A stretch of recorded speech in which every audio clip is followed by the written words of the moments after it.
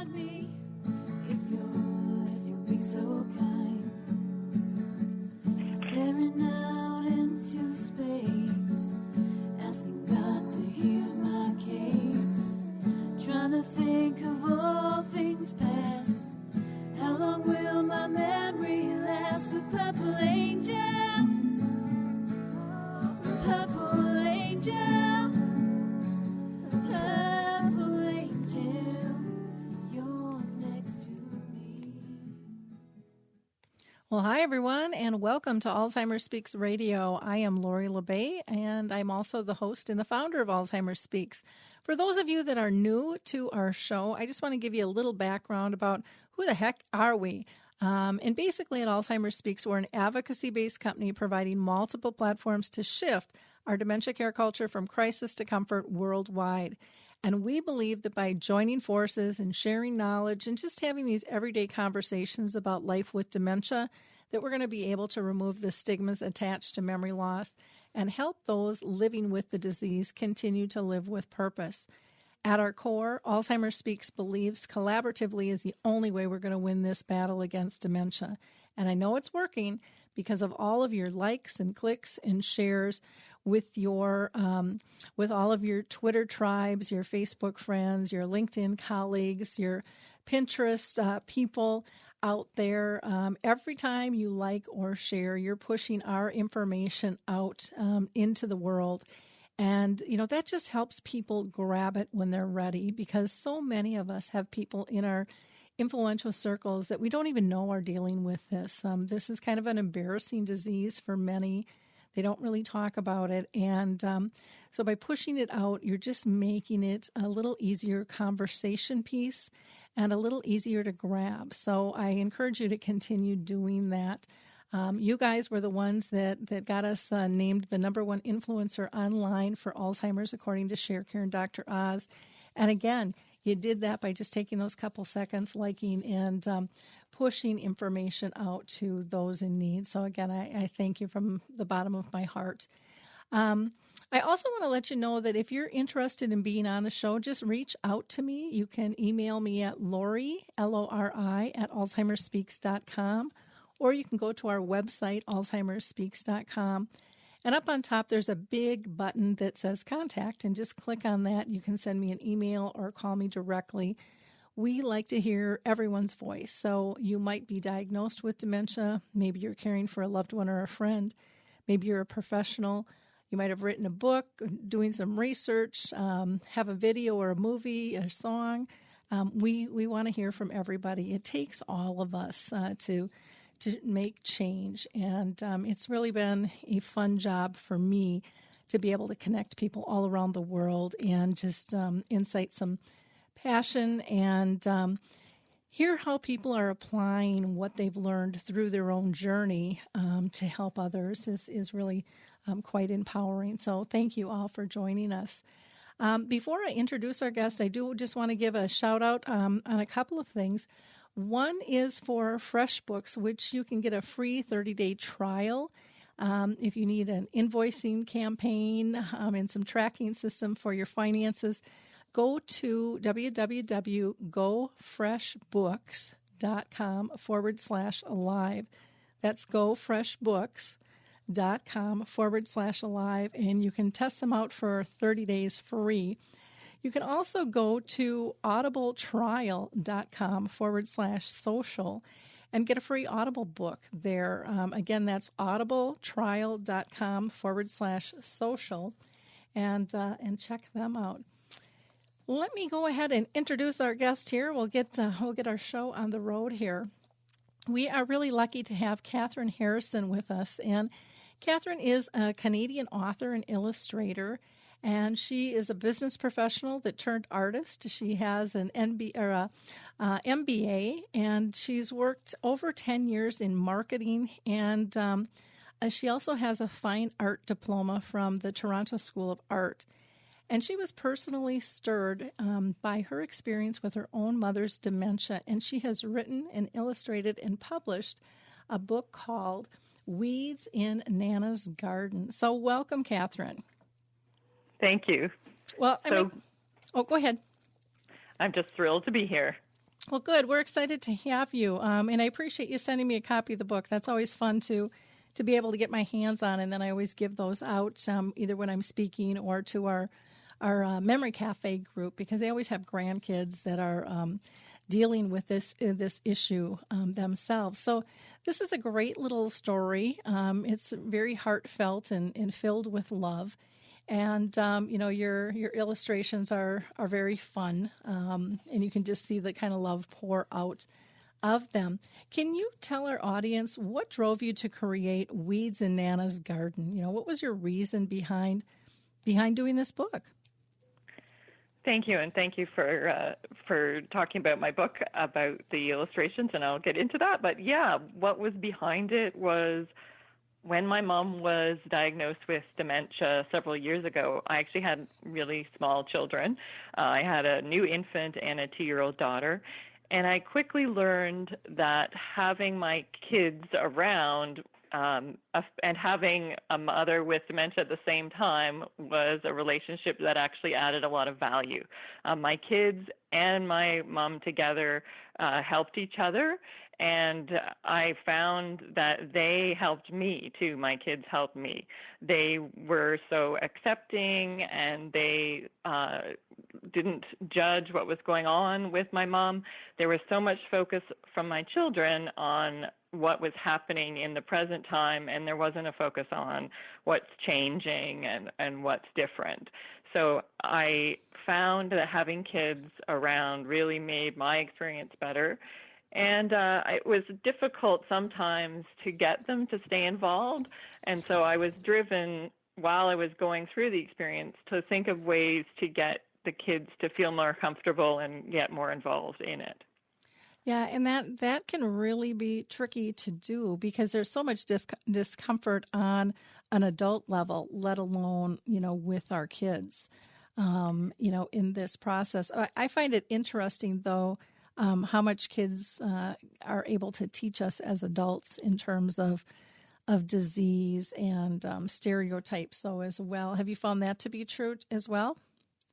Definitely. They were teaching me, like I said, to accept the situation and just, relax and enjoy what was going on. Mm-hmm.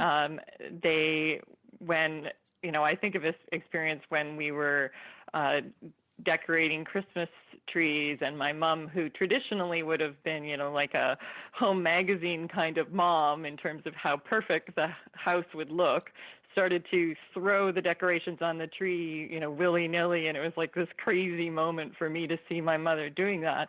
And then my daughter looked at her and went, "Oh, this is great," and started to throw the stuff on it too. And then we all decided to do it, and then I was like, wow, because my daughter was here at that moment, she taught me to relax and enjoy it. Mm-hmm. How old was your daughter at that time? Do you remember? She probably would have been about 5. Okay. Yeah. And they're just out to have fun, Exactly. and they don't see anything weird. They're just out for a joyful moment. I mean, that's kind of their whole motivation when they pop out of bed in the morning, is how are we going to play? And exactly. And so Grandma was doing something that was that Mom probably wouldn't do, and so it was pretty cool. Exactly. So it became obvious to me that people used to say to me, "Oh, it must be hard because you have young children and you're caring for your mom." But I used to say, no, like, it's great that I have my young children as part of this experience.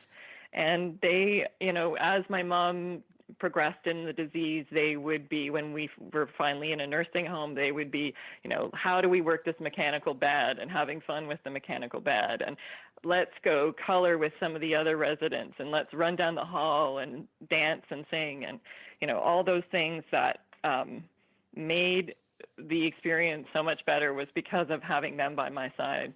Yeah, they're kind of our little comic relief, because they don't see anything wrong in doing any of those things, and they're just out to still have fun and still engage, no matter where somebody is in life. And I just think that that's such a powerful lesson. I know with my own daughter, she helped me calm down and learn how to play again, because I kind of lost that as an adult. I was like really in control, and things were very linear, Right.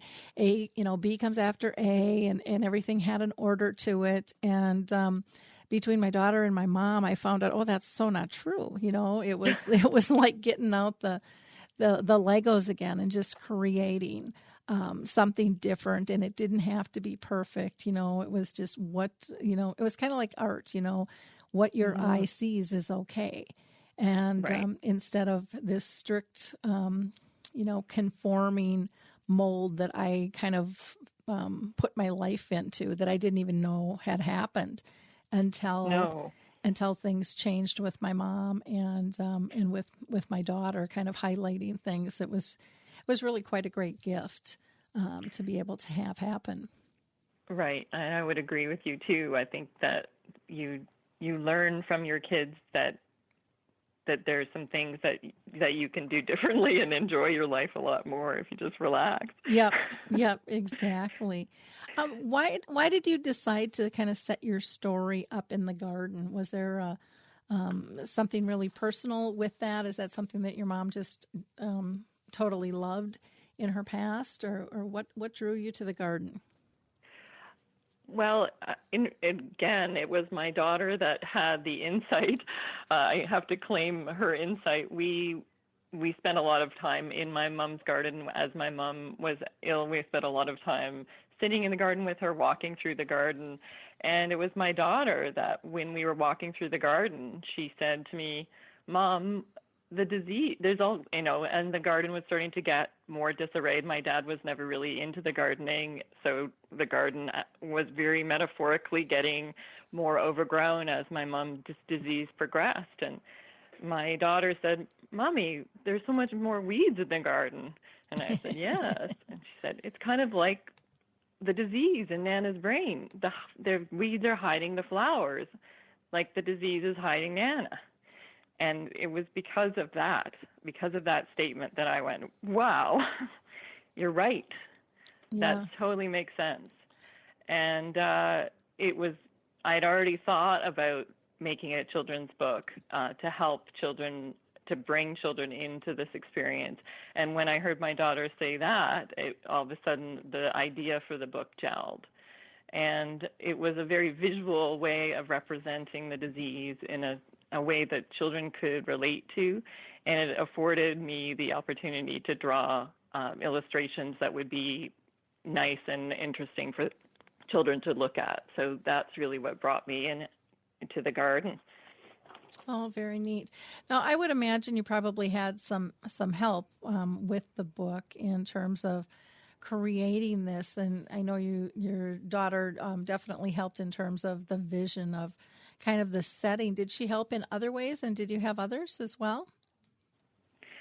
Yeah, I mean, my daughter was actually quite a bit of the model in the book. So although it's not her per se, I did use her to model a lot for my book. Like any illustration, you need people to do the poses that you're doing, and she was very obliging for that.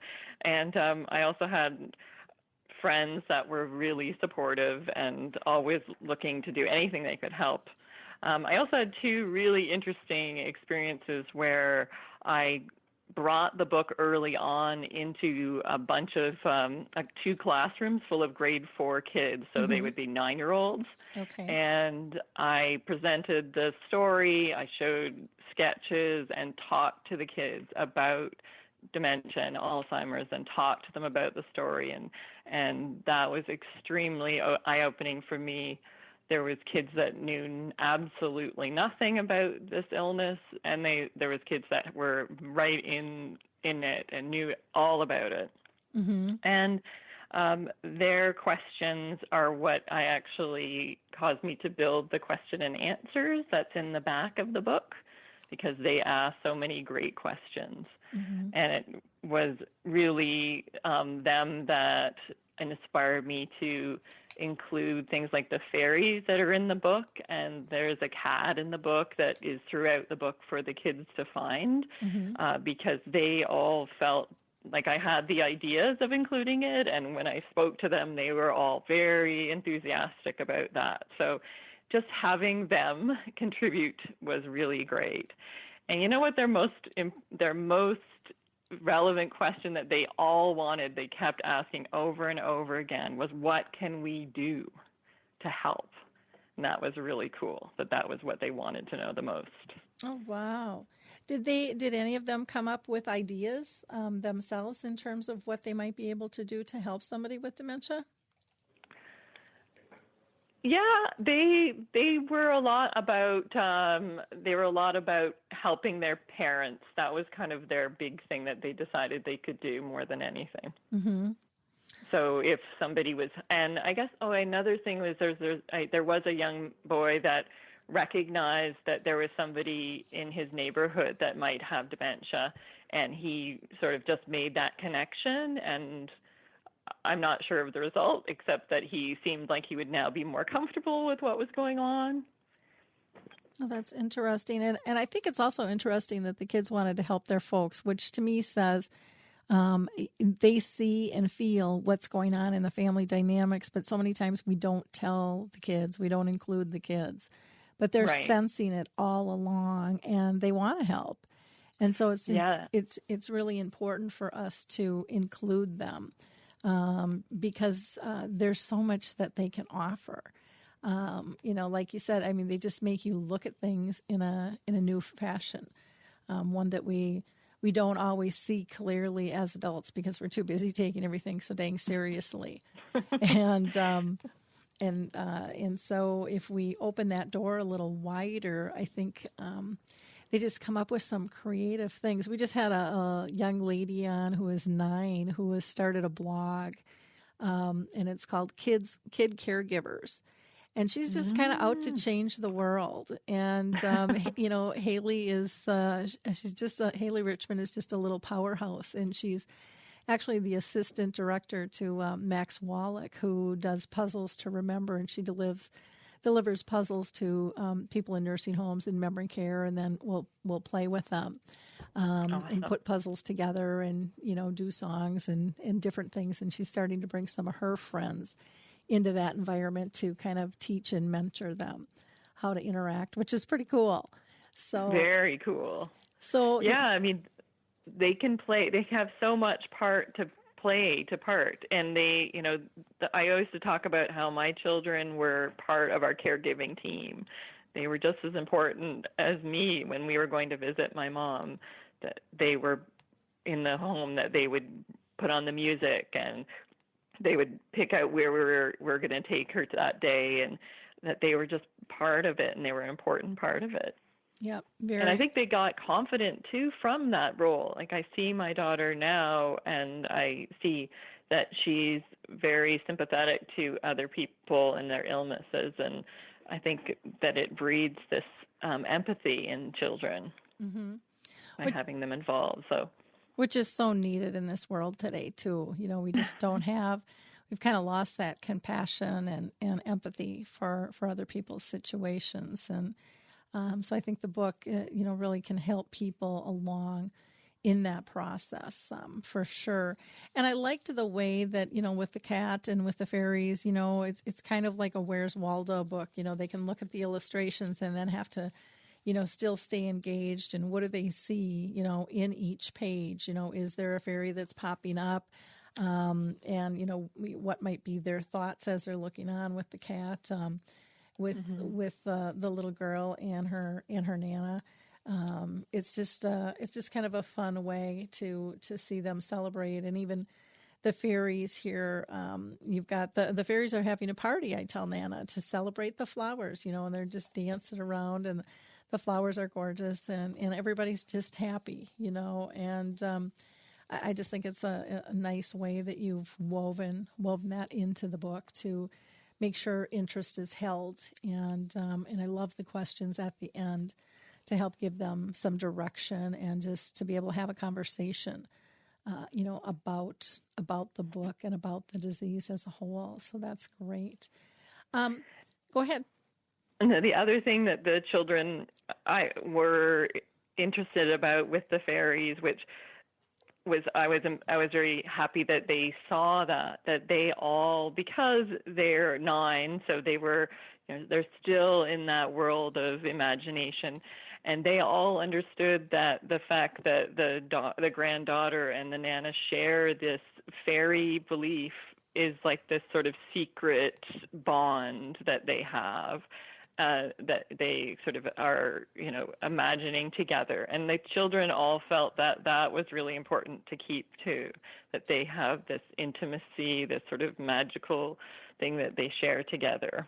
Oh, very neat. And that's, how fun is that? And I'm a grandma now, so I've kind of reverted back into that playful stage, with my own grandchildren. And it's just so precious. To be able to go in that mode. And I think back to being a parent where I thought I played, but this is it's at a different level, it's at a very different level because I can just go have fun now.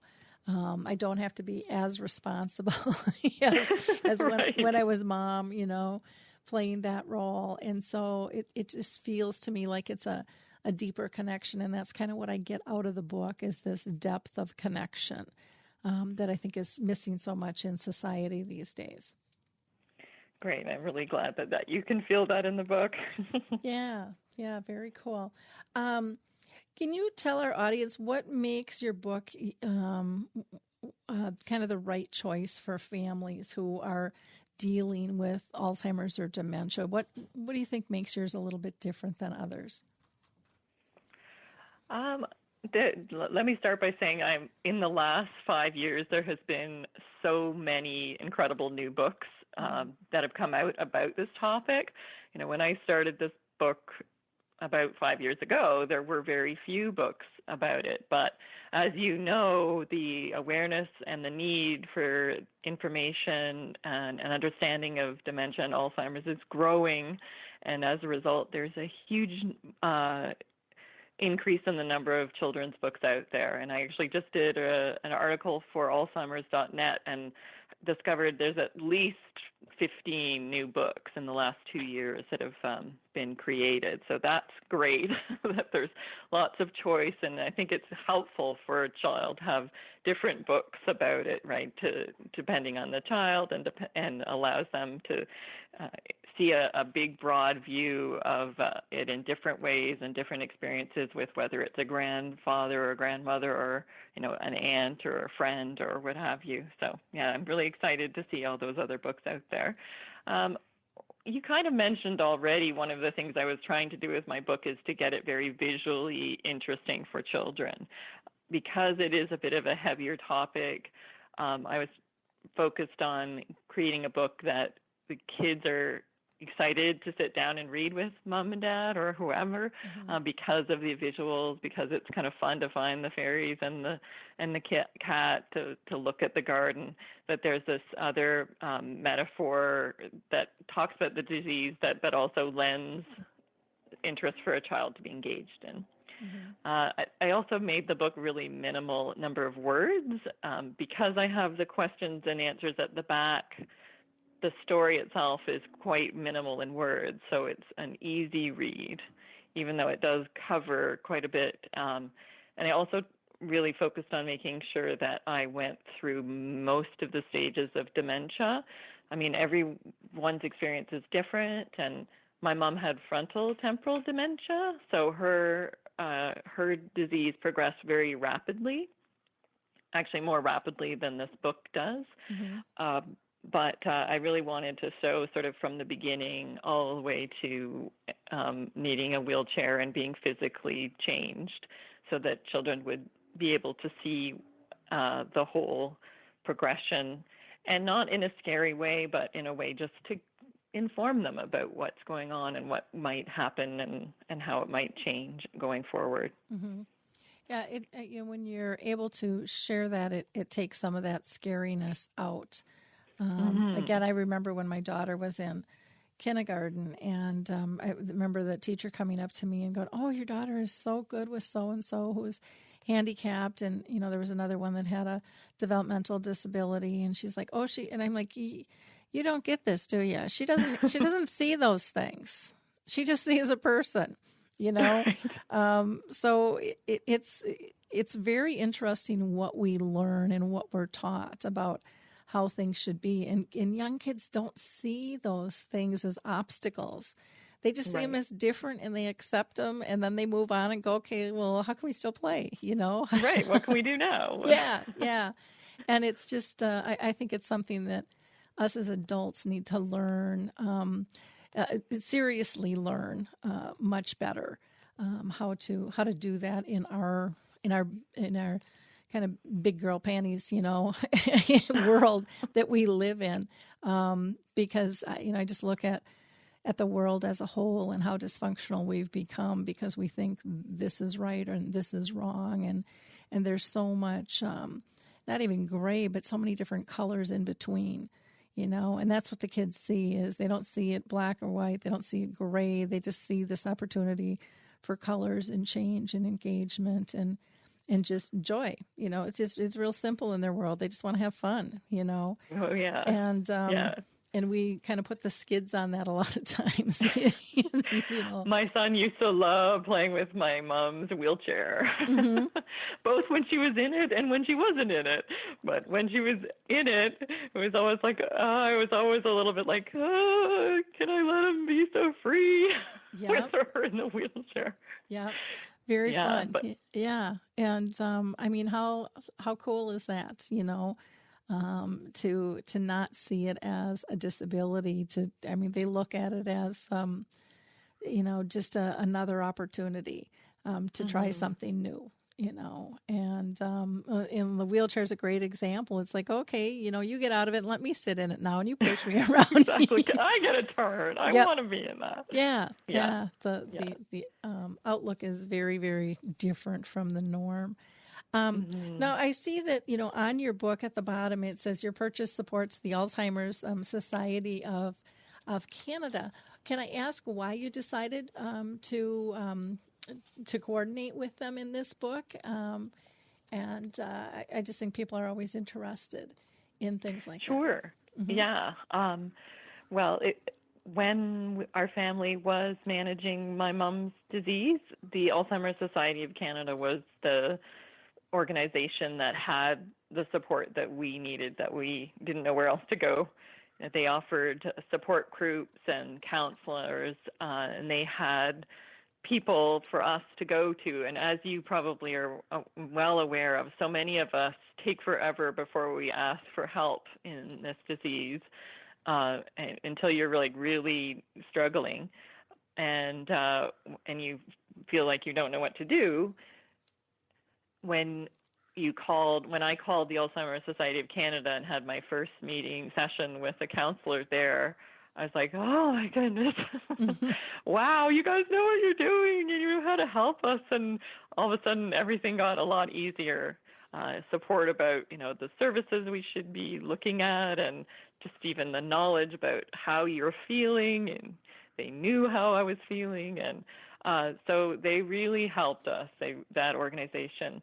So that was really why I also decided to publish the book rather than seek out a publisher, is because I really wanted the book to give back to this organization that helped our family so much.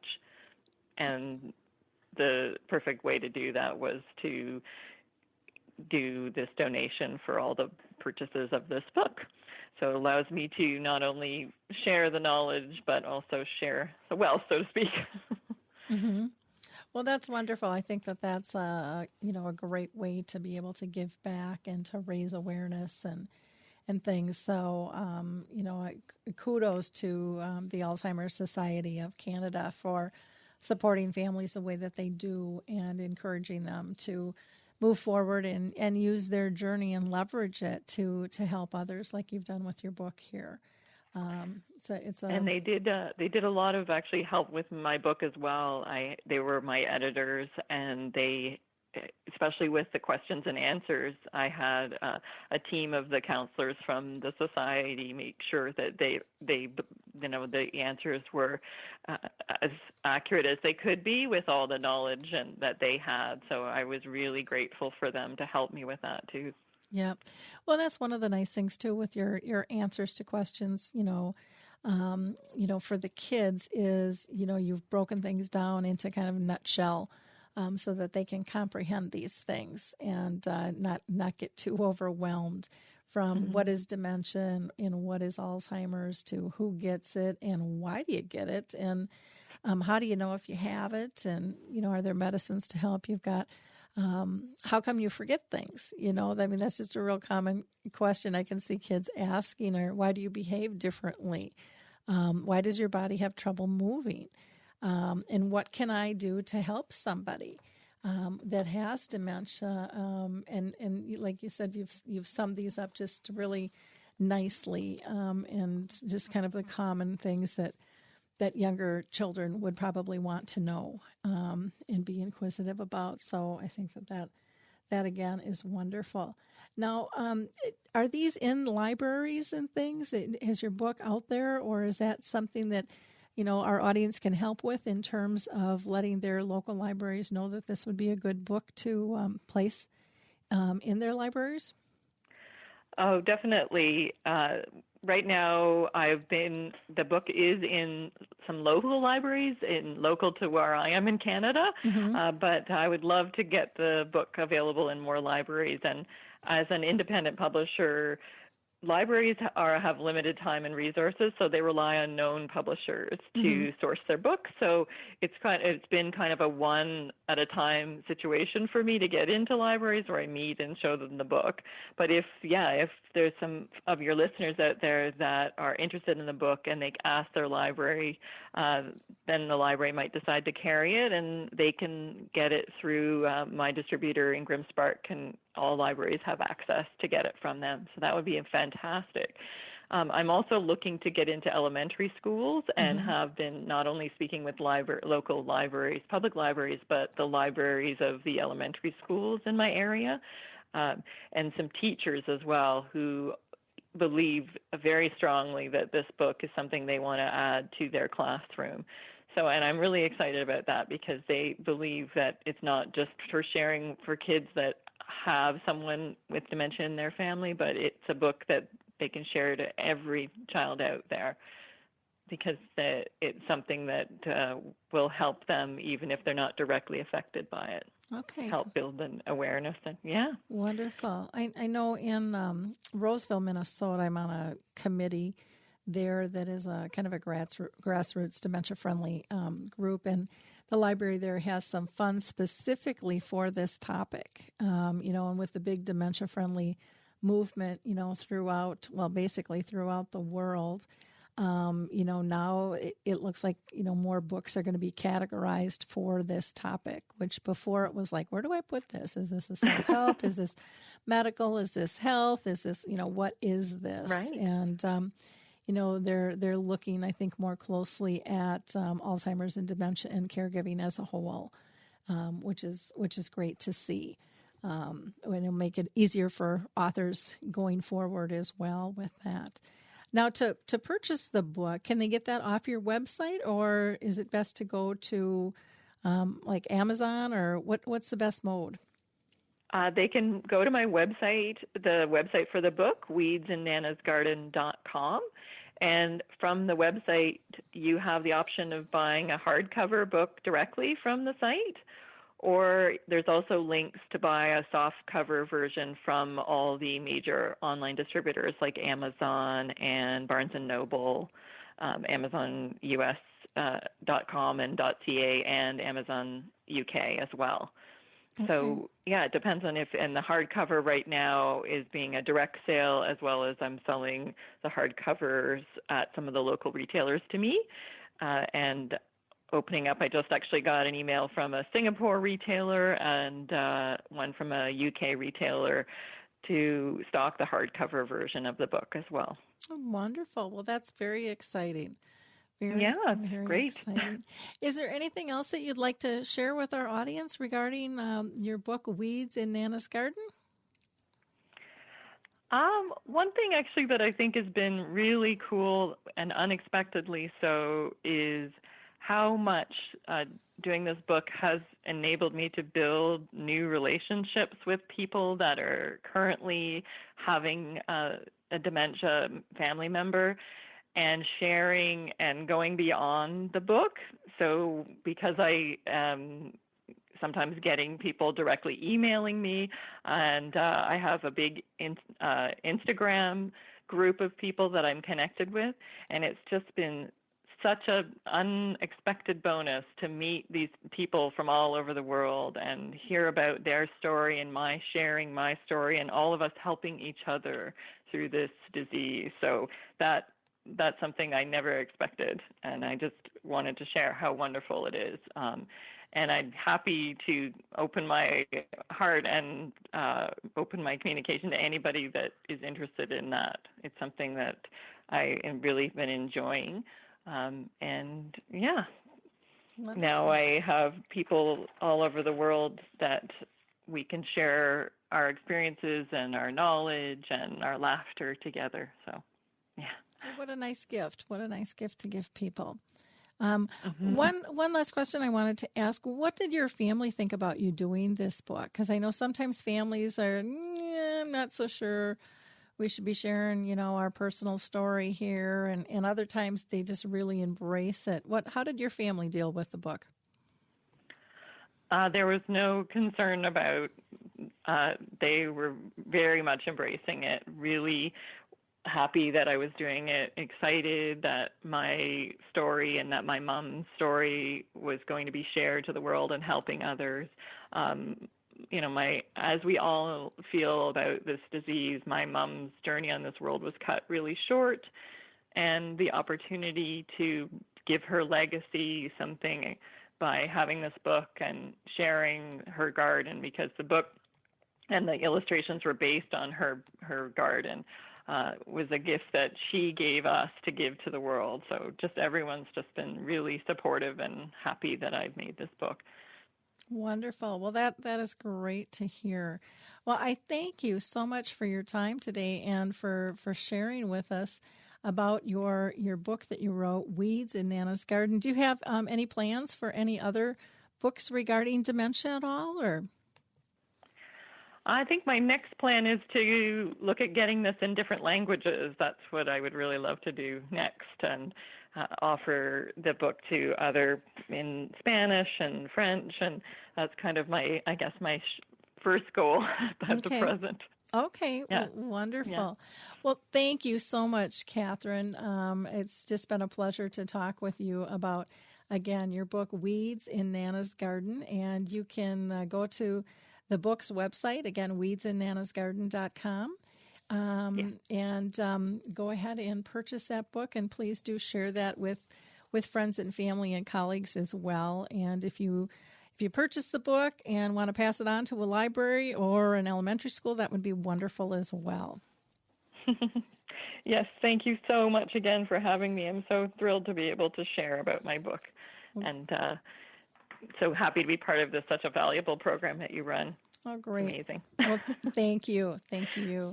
For those of you who haven't listened to our last couple of shows, we had Orange County on, Alzheimer's Orange County on, and they talked about their outreach and advocacy programs. We also talked about connecting the dots to being person-centered in terms of our healthcare transformation. And then we had Haley Richmond on, where we talked about kids as caregivers. So those are just like the last 3 shows that we've done. Our upcoming show this Friday will be talking about It's Time to Rethink Horseplay, and we're going to be talking about horse therapy for people. We're also going to have Tom and Karen Brenner on about the Montessori method, and Gary LeBlanc and Lisa Rodriguez will be coming up on the 17th talking about their new book. As for Dementia Chats, which is a free video that we do where our panel of experts actually lives with dementia, our last one we talked about dementia and anger, and our next one will be coming up on June 14th, and that'll be at 11 Eastern, 10 Central, 9 Mountain, 8 Pacific, and 4 London time. We'd love for you to join us. That is free. Our last Conscious Caring interview that we had was with Elon Caspi, who is a dementia behavioral specialist, and he talked about his wood carving piece, which is a brain that is now on display at the Cushing Center at Yale.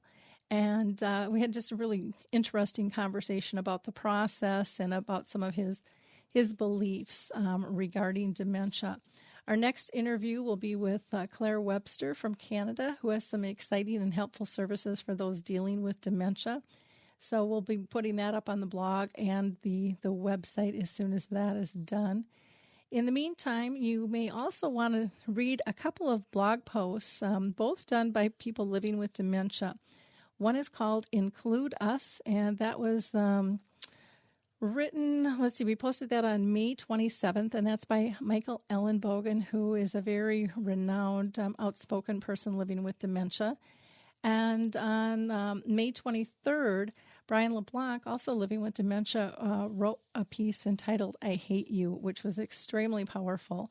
And Brian is also a very large advocate who lives down in Florida.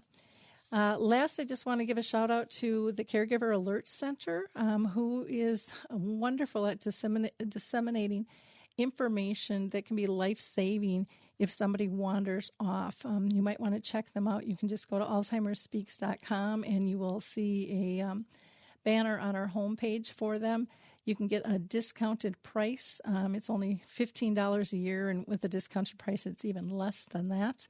To be prepared in case your loved one or client would wander off. You may also want to check out Apples to Apples on Monday at 2:30 Central Time with Scott and Drew Applebaum, who are a father and son team here on Alive and Social. And they discuss a lot about sports and kind of banter back and forth, kind of a fun conversation. I think that's all I have for right now. Last, I'll just remind you in terms of wrapping up, remember that, life isn't perfect, and we need to really focus on 3 simple things that your memory chip can teach us to care better. And instead of focusing so much and so strictly on our to-do list, we really need to focus on the person. Are they safe? Are they happy? And are they pain-free? Until next time, have a great week. It's time to rethink, renew, and reimagine retirement. Hey everybody, Jared Sylvester here, host of Retire Repurposed. Now this podcast is about the non-financial parts of retirement, which many times can be even more challenging than the financial. We believe retirement is not the end, rather the beginning of what could be the most impactful, purposeful, and fulfilling season of a person's life. So don't retire, become repurposed. To listen now, search Retire Repurposed on your favorite podcast platform, Senior Resource, or Life Audio.